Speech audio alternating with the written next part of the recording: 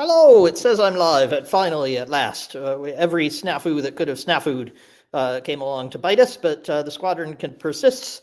And here we are broadcasting from beautiful sunny Huntsville, Alabama. I'm not expecting to be here. I was here last week, but had to extend my stay. And that and many other things mixed me up, and so I started a few minutes late. Apologies for those of you who've been waiting. But here in the squadron, we're going to be talking about why compliance can speed you up. And that's a very surprising notion. I'm going to be defending that idea and telling you some war stories and examples where I've found compliance to be extremely helpful and actually to make your technology more profitable. Although most people think of it as this kind of extra cost. The regulator comes along and makes you do a bunch of stuff, and that's extra. If we could only cut the red tape, life would be better. Well, let me defend red tape, at least for the next half hour or 45 minutes.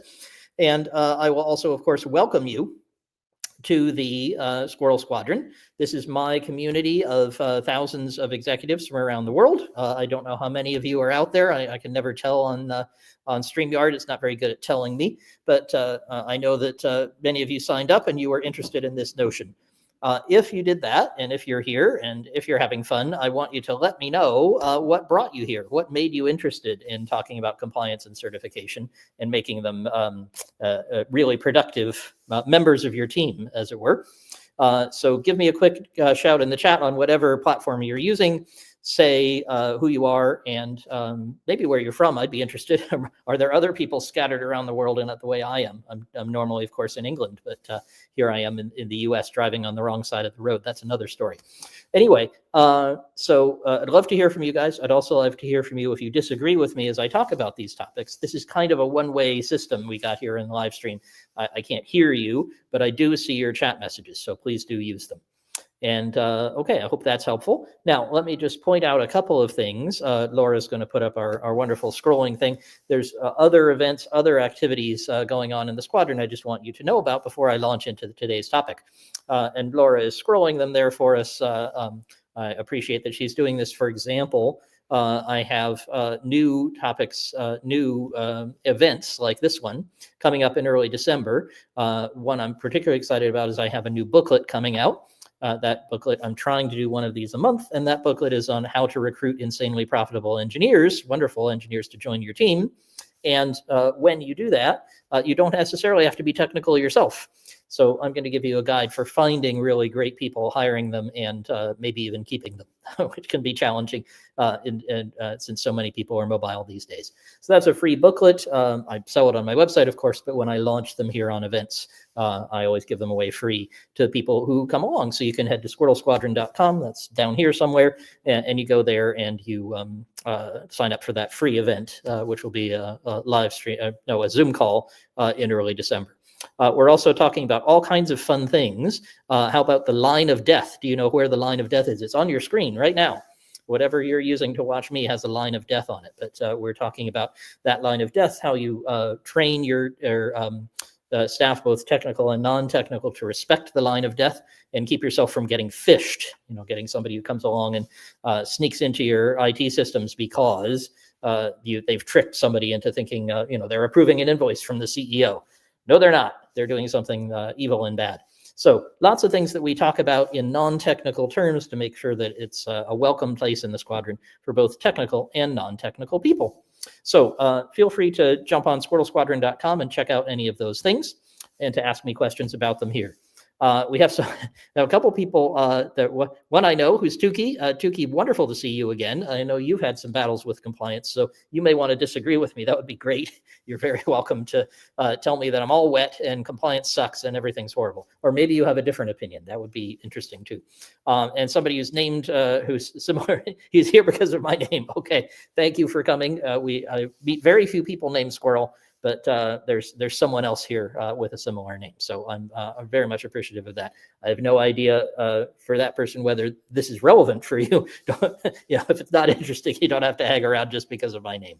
But I hope that you encounter some red tape somewhere in your life, and some of these stories and ideas will help you to make better use of it. Whether you're in technology or just a user of technology, or maybe you're a Luddite, maybe you're living as a hermit squirrel somewhere. Okay, I'll find these things out and you guys will ask me questions. This is always fun. Let me tell you a story to start with.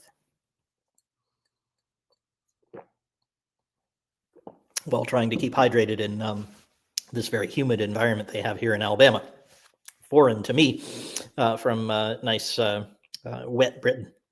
Anyway, so I was working early in my consulting career with a company that did a medical test.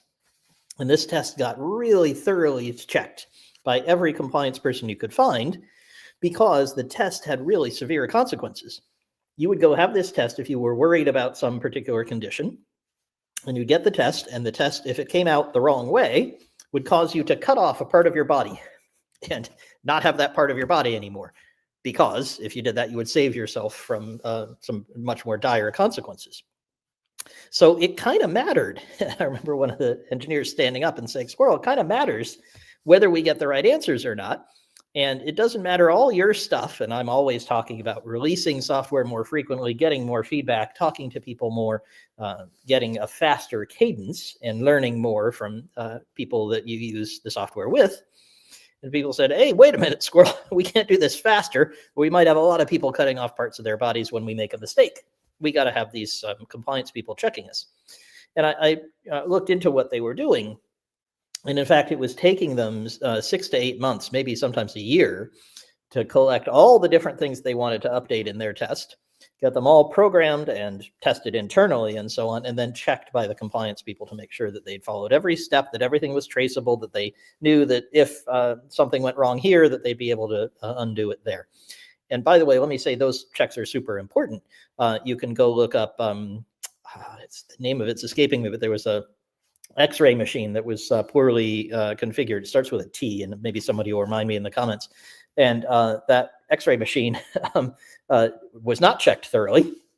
And in fact, if you turn the switches all wrong and you didn't do it quite right, you'd get, practically a nuclear blast's worth of radiation. People died, and that was very unfortunate. That was a result of not following these steps. I'm not going to say anywhere in this session that you should skip compliance or you shouldn't do it. I'm saying when you're doing it, make it useful to you.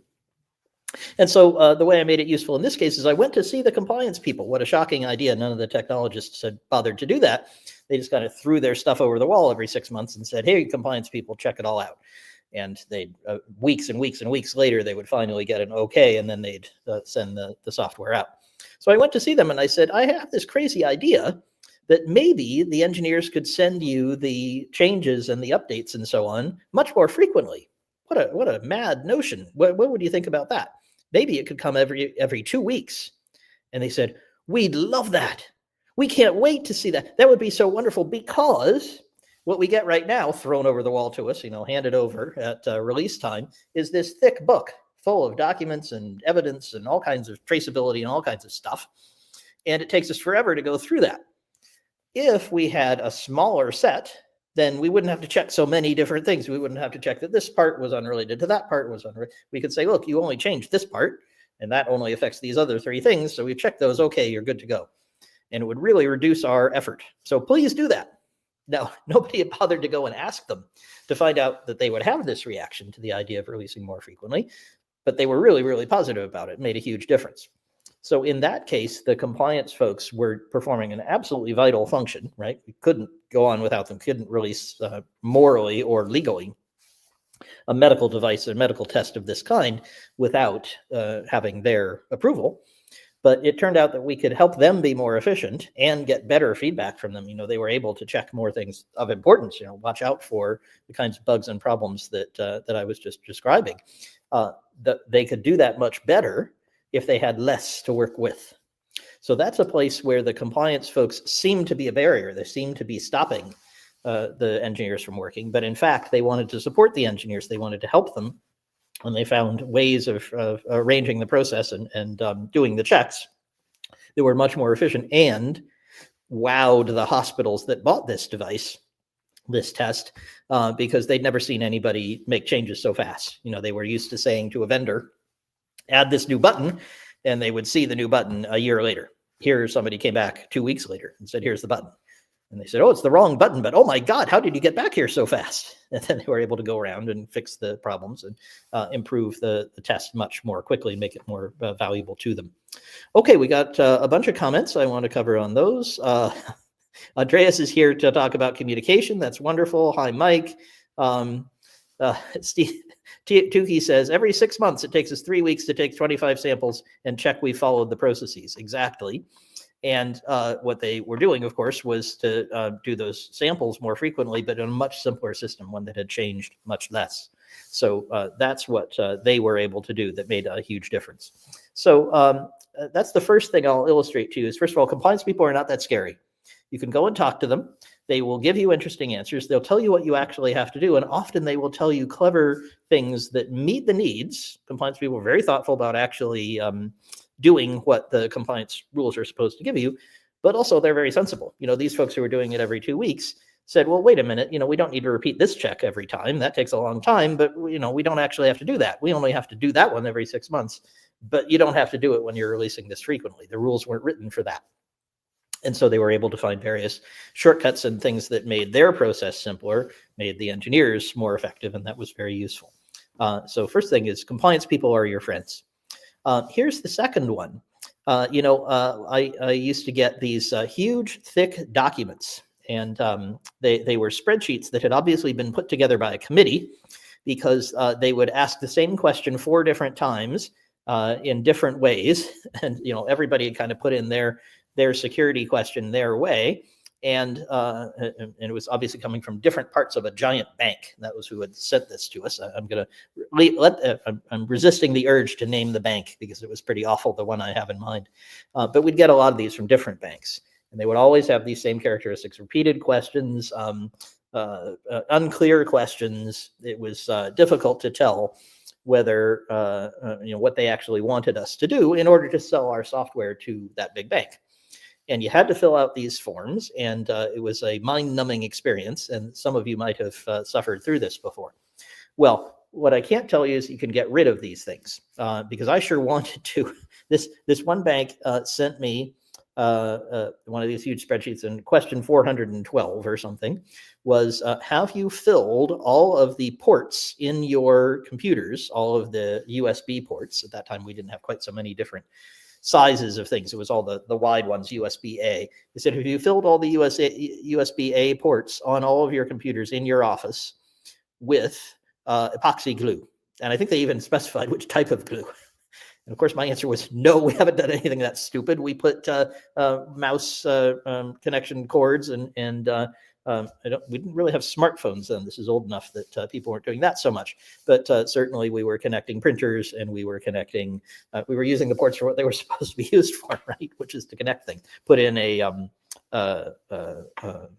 thumb drive to move some files. Now, of course, that's what they were worried about, is that their secret, super wonderful, fantastic data would be sitting on one of our computers, and that we would plug in, some evil person would come along and plug in a little thumb drive, a little USB stick, and copy out everything and then run out the door. You see this in spy movies and superhero movies, right? Somebody's always sneaking in, and there's a progress bar and exciting music and so on. So they were envisioning this kind of attack on their data. Perfectly valid concern.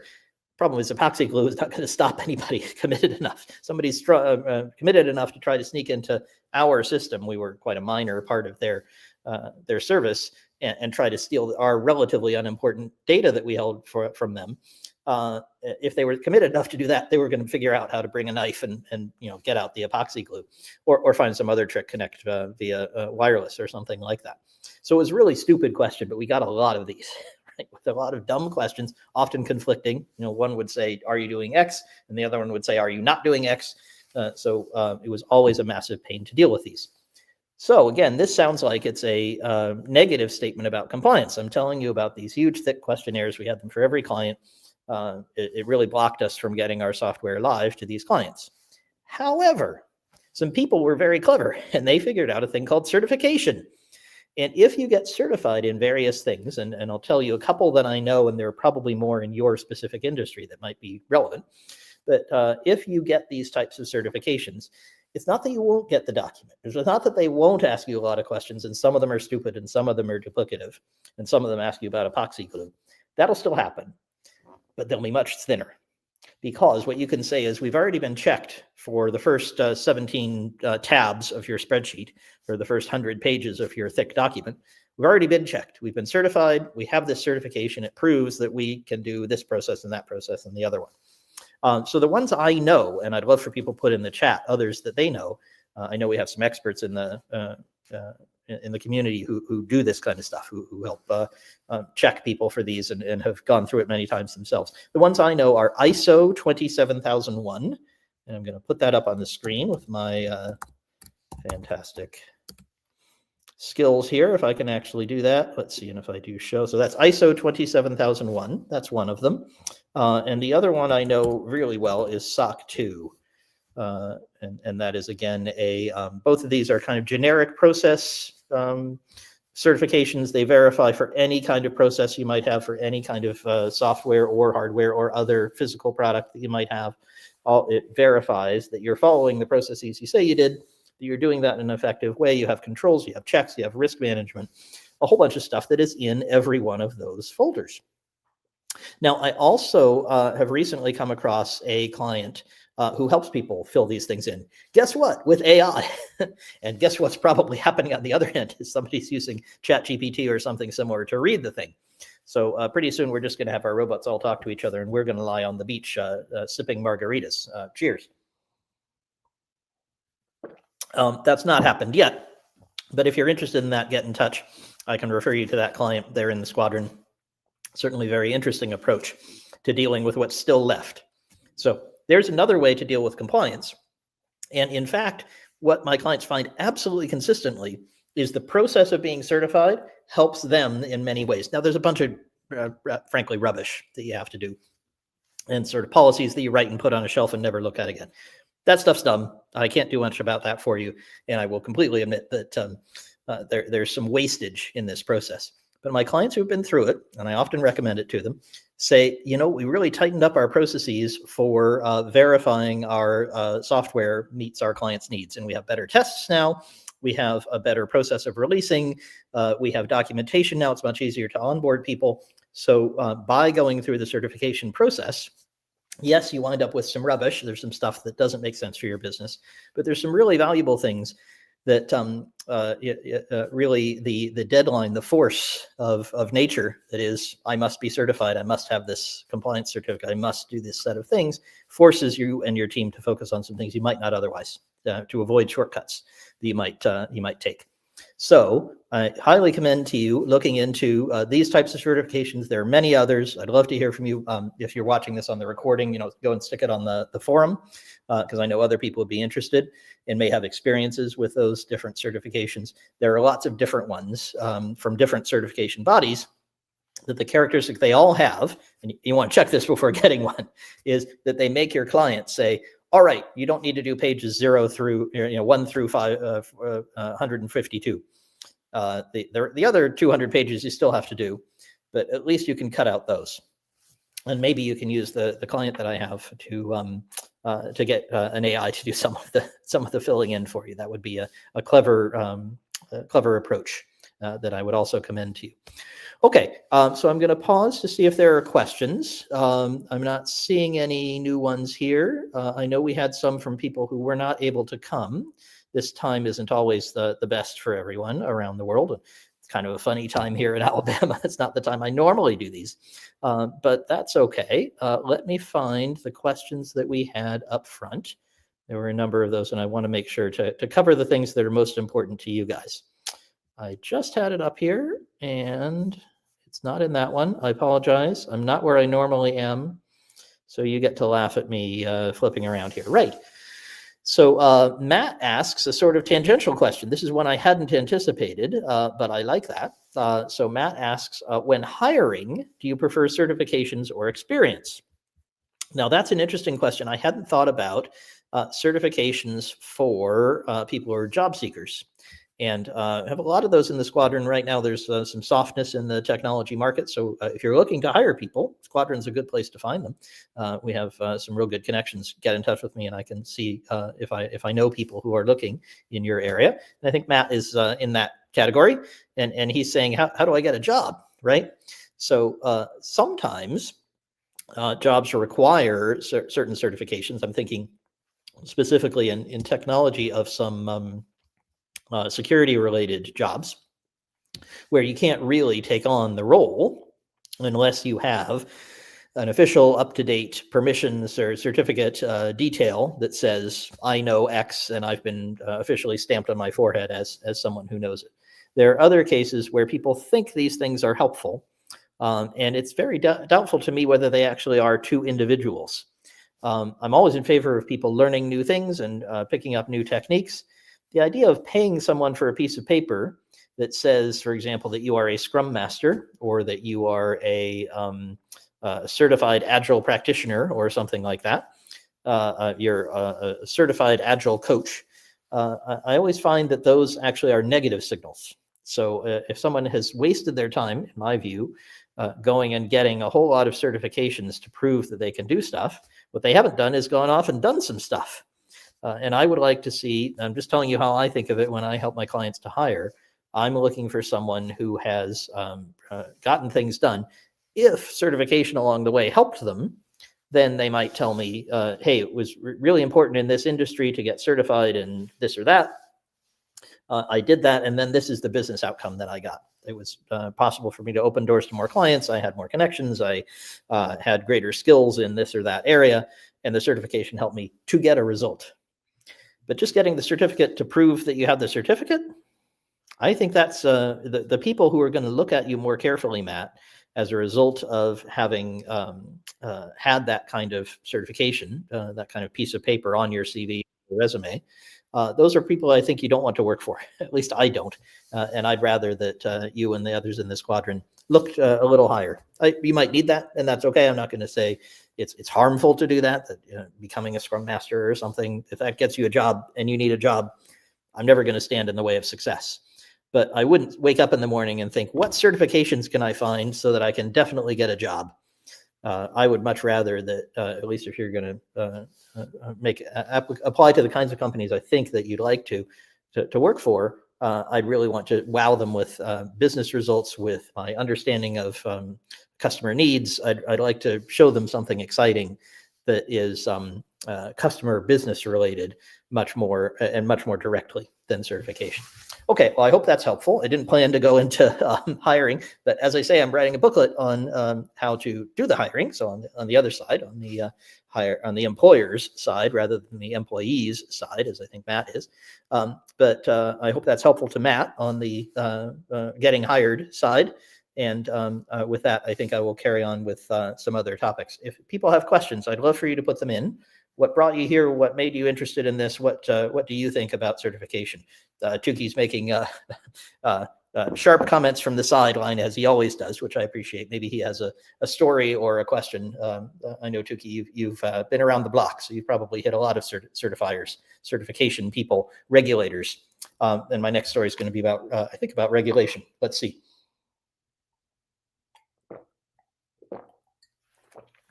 Yeah, so here's another example of finding regulation helpful, of having the sort of people who creatively and helpfully find ways to meet the needs.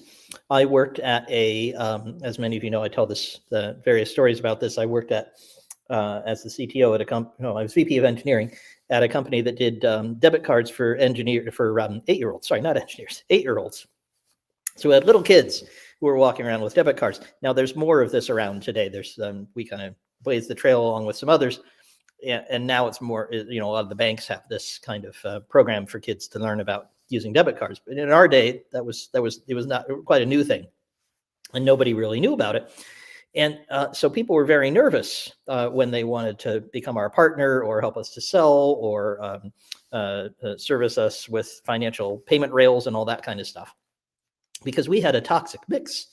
We had parents' financial information. I mean, the kids' accounts didn't have very much in it, right? They were saving for a birthday party or a roller skates or something. So there wasn't enough in there for bad guys to target. But the parents, of course, were paying the allowance into the kids' account. And the parents were a big, fat, juicy target. then the bad guys were always trying to get in. We'd have to push back on attacks and deal with a lot of those sorts of things very, very frequently. So that was one part of our toxic mix. The other toxic mix, of course, is we had kids' personal information. We knew where the kids were and what they were spending on, what their names were, and who their parents were, and a whole bunch of very dangerous information. And so that's also a target for some even more evil people, right? Some folks who are really, really nasty and not just financially nasty. So having these two things together made people really, really nervous. Gave them both heebies and jeebies about whether or not they should be dealing with us.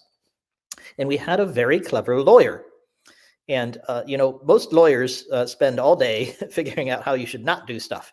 They would rather you shut your door and didn't open your business and didn't do anything and sat at home on your hands, cowering in fear from all the bad things that might happen. And so lawyers are always telling you, don't do this, don't do that, don't do the other thing. That's kind of how they're trained to be. I understand why they do it that way, but it is a frustrating thing about most lawyers. This was not what this lawyer did. She was very creative and thoughtful about following the law. So I'm never going to tell you don't follow the rules, break the rules, don't do things like Uber, going out and driving brazenly in violation of taxi regulations and saying try to stop us, take us to court. I don't support that kind of behavior. It's not socially very valid and very responsible, and usually lands you in a lot of hot water. It's not going to help you. Uber had more money than God. That was the only way they managed to violate the rules quite so or egregiously as they did.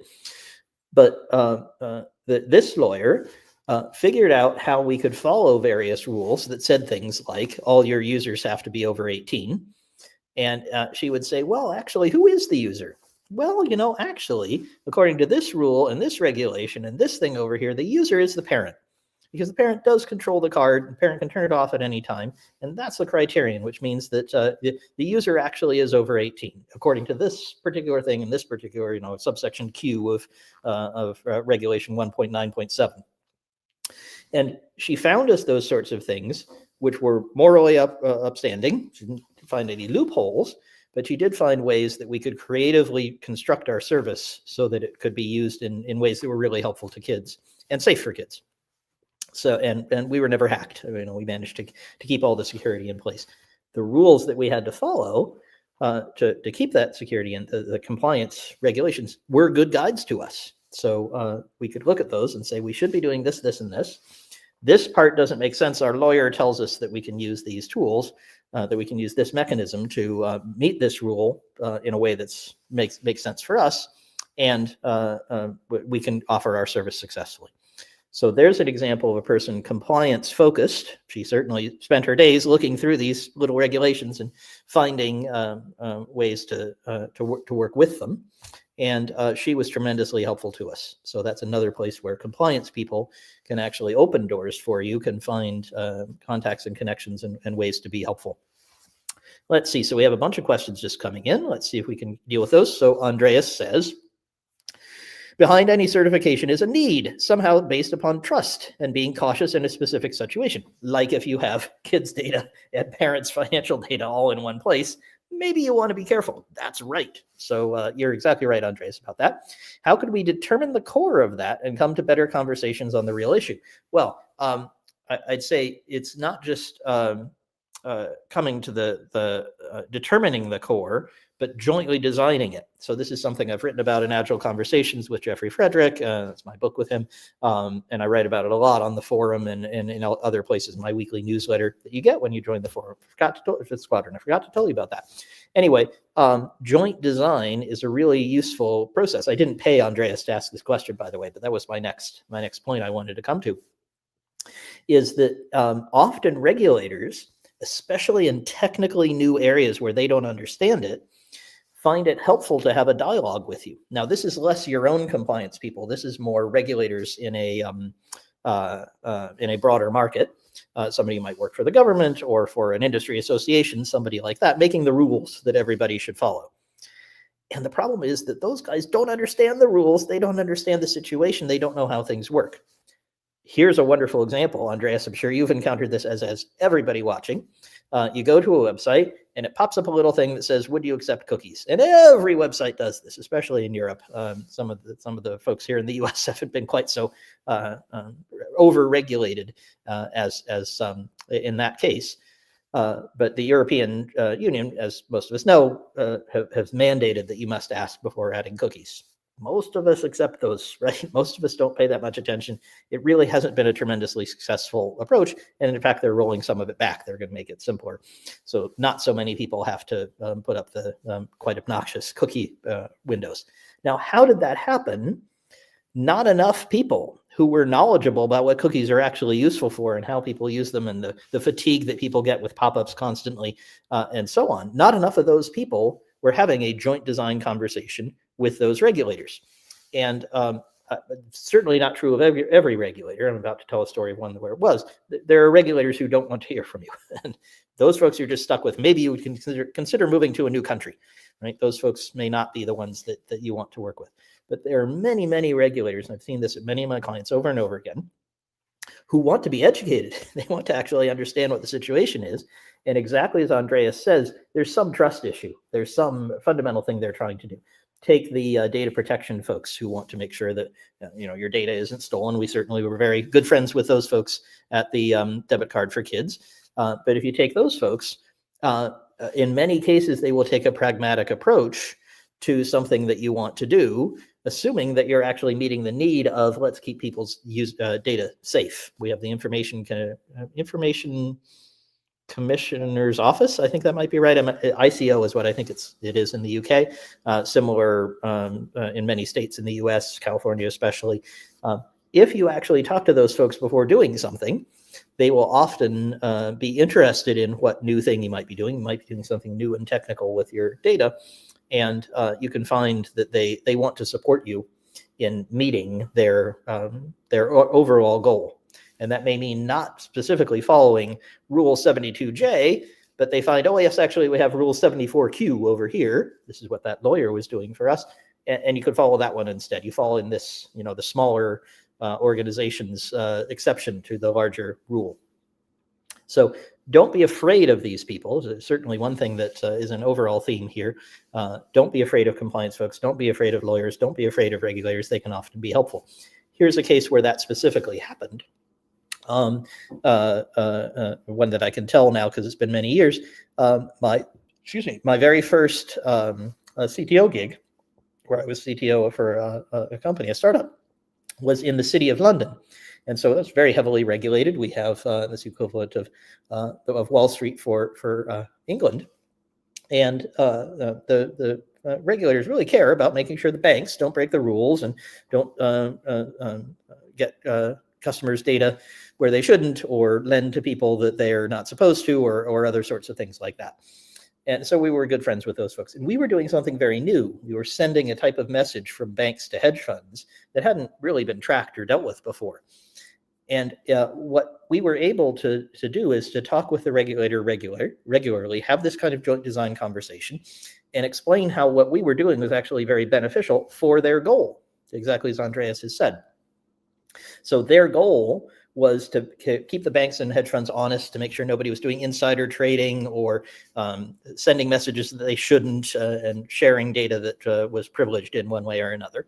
And we said, hey, we're sending these messages. People used to do this down the pub, right? So they'd go see their mate, say, hey, buy me a beer and I'll tell you about this stock. And they really weren't supposed to do that, but there was no way to catch them. Now we had a trackable, traceable system in which those messages were recorded forever, and that's the kind of thing regulators love. So here's another general principle that might be helpful to you. Regulators love log files, and engineers are pretty good at producing lots and lots of log files. We now have really good systems like Datadog, and Sneak is, I think, a security one, but I may be thinking of the wrong one. But there are lots of them that now put these things into the log files that say what the software has been doing. They put that information in a very nice searchable format, in a data lake or something like that. And then you can send an AI after it and say, hey, do some research in here, see if you can find these things. Regulators love that. So if you can show up saying, exactly as Andreas says, we have a way of tracing and tracking this information. We have a way of giving you data that you didn't have before. And if you'd like to go search for it, you catch somebody doing bad stuff that violates the spirit of what you do. That's good. Why don't you make a regulation that says people should do this? And in fact, we found that the regulator was willing to do that. And they gave some guidance. I don't think it was a formal rule, but people in the city, they definitely pay attention when the regulators think it's the FCA now. I think it might have been a former organization before that. But the Financial Conduct Authority says, hey guys, you might want to consider this. People do that. And so that was actually very good for our business, as well as other people who competed with us. We didn't mind. So there were many of these types of services that did what we did. And we all got a benefit from the regulator saying correctly, hey, hang on, guys, you should use one of these. Stop giving the messages down the pub. Start sending them in a way that we can track and trace and look up in the log files. So long answer to your question, Andreas. I hope that's helpful. But that's one of the stories I wanted to tell today because it was such a good example of working with the regulator, working sort of with the grain of the wood, saying you want to check more of these things. Hey, we can do that. Wouldn't that be interesting? Wouldn't you like to tell people they should do more of that? And they did. Let's see. And Thomas asks, he has a background in enterprise. I certainly know that. Want to be best friends with risk and legal. He was SOC 2 certified, thought his solution was much better. Didn't always get risk and legal on side, despite feeling they should be our best friends. Okay, well, here's a dirty secret. They're not always going to be your best friends. I did say earlier, there are some regulators who just don't want to know, and they think you're the bad guy.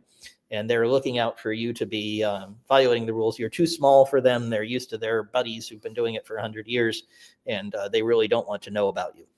You may encounter folks like that. Good news is there are lots of risk and legal people. There are lots of compliance people. There are lots of folks like this. And so maybe you can go buddies with somebody else. If you have these people in your company, maybe you don't have to keep having them in your company. You could hire somebody who has a better approach and thinks about it better. Maybe you can find somebody else at a regulator who has a different approach. And maybe you can find someone who used to work at the regulator who will know the right place to go within the regulator and can help you find a more constructive person. So, Thomas, I don't know exactly what went wrong. I know one place you were at, and maybe you're talking about that one, I'm not sure. But certainly risk and legal is sometimes going to tell you no, especially lawyers. They're often going to say, don't open the doors, don't sell anything, don't buy anything, just cower behind your desk and hope that nobody comes. And a lawyer who has that attitude is not going to be helpful to you. However, you can find the sorts of people who are constructive. I've given you a number of examples here, and I'd counsel you to see whether you can go and search for those kinds of people. Tukey says, Squirrel says, he loves where I started. Don't send the data every 6 months, send it every 2. And he says, I think we can do better. Why don't we get all the information all the time? Now, that's a really good one. Maybe I'll close on this one. I also have to plug in my computer. Apologies. Part of being here in Alabama is being not at my usual desk in England, but good. Let's not run out of battery. That's good, because I definitely want to deal with Tukey's example. So he says, why don't we collect all of the information all the time? That would be really helpful. Here's the challenge with that one. Is it's absolutely correct. And I was talking about building big data lakes and giving regulators information that they can use and saying, look, this will be stored forever and you will have a record of the bad guys doing bad stuff. Let us help you. And that's good as far as it goes.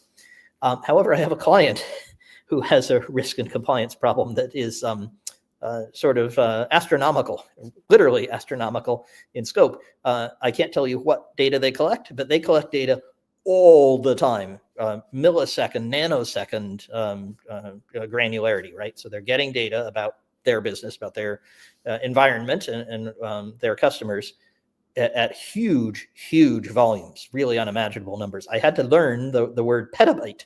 I did not know the word petabyte.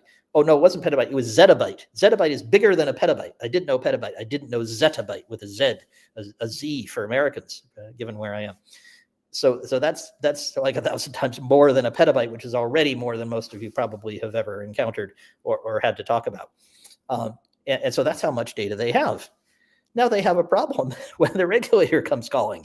They also have a problem when their own sort of business intelligence people come calling, because somebody says, great, how much of this do we have? Or did we have one of these? Or where did it go? And they go, Yeah, do you have a few weeks? We have to go searching through all the files, and even the fastest computer going through a zettabyte takes a long time.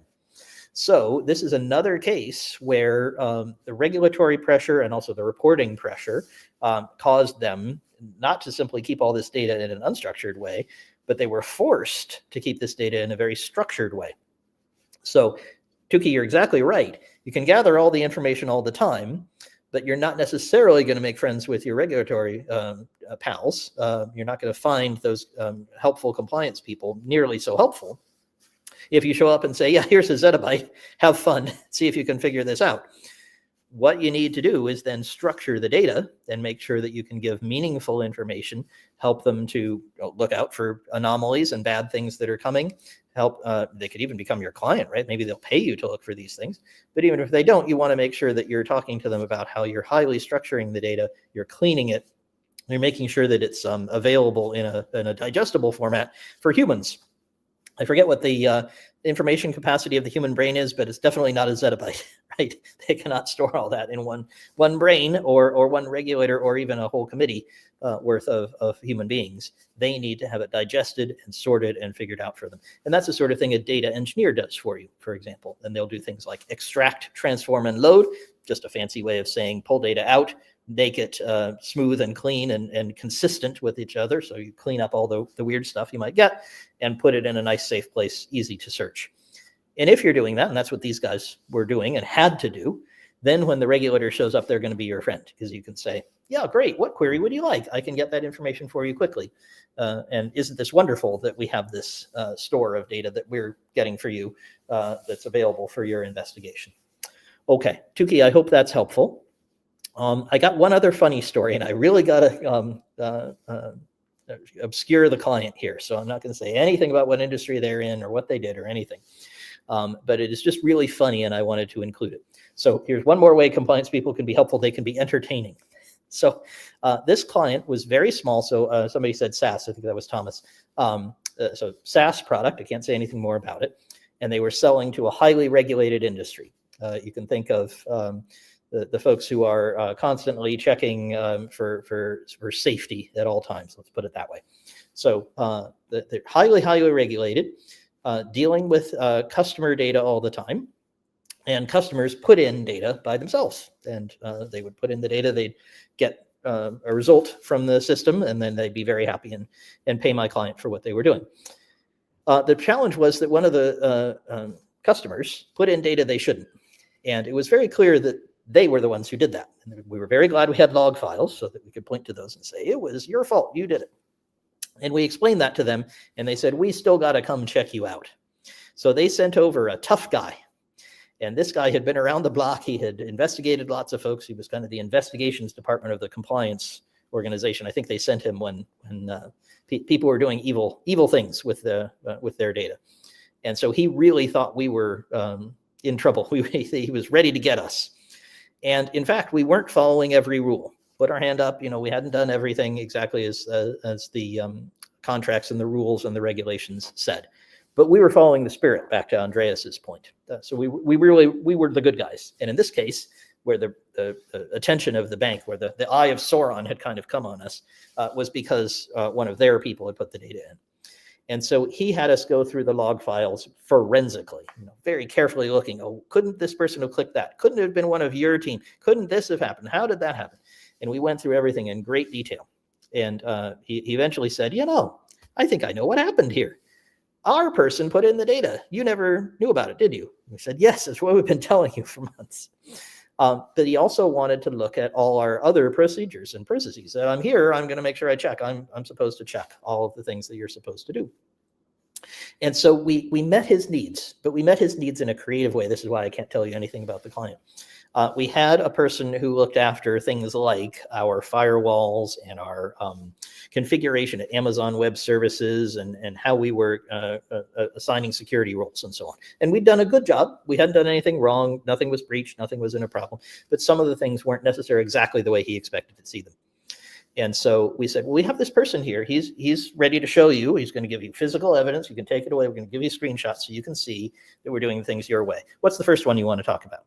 And he would tell us about a particular area that he was supposed to check. He had a big checklist. And he'd go to the first one and he'd say, do you have this firewall configured that way? And we'd say, we're going to get you the evidence of that. I'm sure we do. And this person went out and he configured the firewall that way. It had been configured well, but maybe not precisely his way. But he made sure he knew what it was. He quickly did that. He was a brilliant guy, so he could do it incredibly quickly. Boop, boop, boop, boop, boop. Out came the printout from the printer, and he'd come back in and he'd say, yes, here's the evidence of number one. By that time, we'd gone on to number 2 or 3, and we'd say, okay, great, so go get the evidence that this one's configured that way. Off he went, did his thing, came back. So many cases, of course, we had things configured the right way. In some cases, we didn't quite have them this guy's way, but we did by the time he left. So I tell you that story for 2 reasons. One is, we weren't fooling him. We weren't lying to him. We did actually have it that way once he told us about it. And we did have good procedures and plans in place first. So we were able to show him really good practices and then ultimately show him practices that were perfectly in line with what he asked for. But second, he taught us a lot, right? So we were able to understand better some of the things that were important to big organizations like his, and that helped us in future certifications, in future deals where we had to prove that we were doing things in exactly the right way and exactly the standard way that made it as secure as possible. So that's what I'd leave you with, is I'd encourage you to think of compliance and regulation as sources of useful information. They are your customers in many ways, just as much as your customers, your normal customers, are the people who use your software or your tools. And you can have a very useful, as we talked about with Andreas, joint design with them. Often, if you get the right kind of person, they will be responsive. They will be interested in the spirit of the rules, not necessarily the letter of it. And even, as my final story illustrates, when they're really persnickety and they really want to have things exactly their way, you know what? You can figure out how to do that as well, so that you can definitely produce a output, a result that meets all the needs of your client, including the needs of their for compliance with their compliance people, and meeting the needs of the regulators who are keeping us all honest. I hope that's been helpful to you. I'd love to see you at another Squadron event. As I say, there's a bunch coming up in December. We have a live one. I forgot even to mention that one. That's coming live in London, first week of February, I think. Look on squirrelsquadron.com. You'll see that. I talk about so many different technical issues in non-technical ways, as I hope I've done here for you today, that I'd love to talk to more of you about it, get more of this joint design happening. If you're a compliance person or a regulator, come along to the Squadron. We'd love to have you, and maybe we can quiz you a little bit. If you have follow-on questions, if you're watching this on the recording, if you disagree with me, please go to the forum and make your comments there. I'd love to hear them, or drop me a line. My email, even my telephone number, is on squirrelsquadron.com. And douglassquirrel.com too. Those are 2 places where you can find lots more about me. Well, it's lovely to have all of you here. I think we have another of these after Thanksgiving, so it'll be in a couple weeks, and I'll see you at the next one. Have a wonderful day, everybody.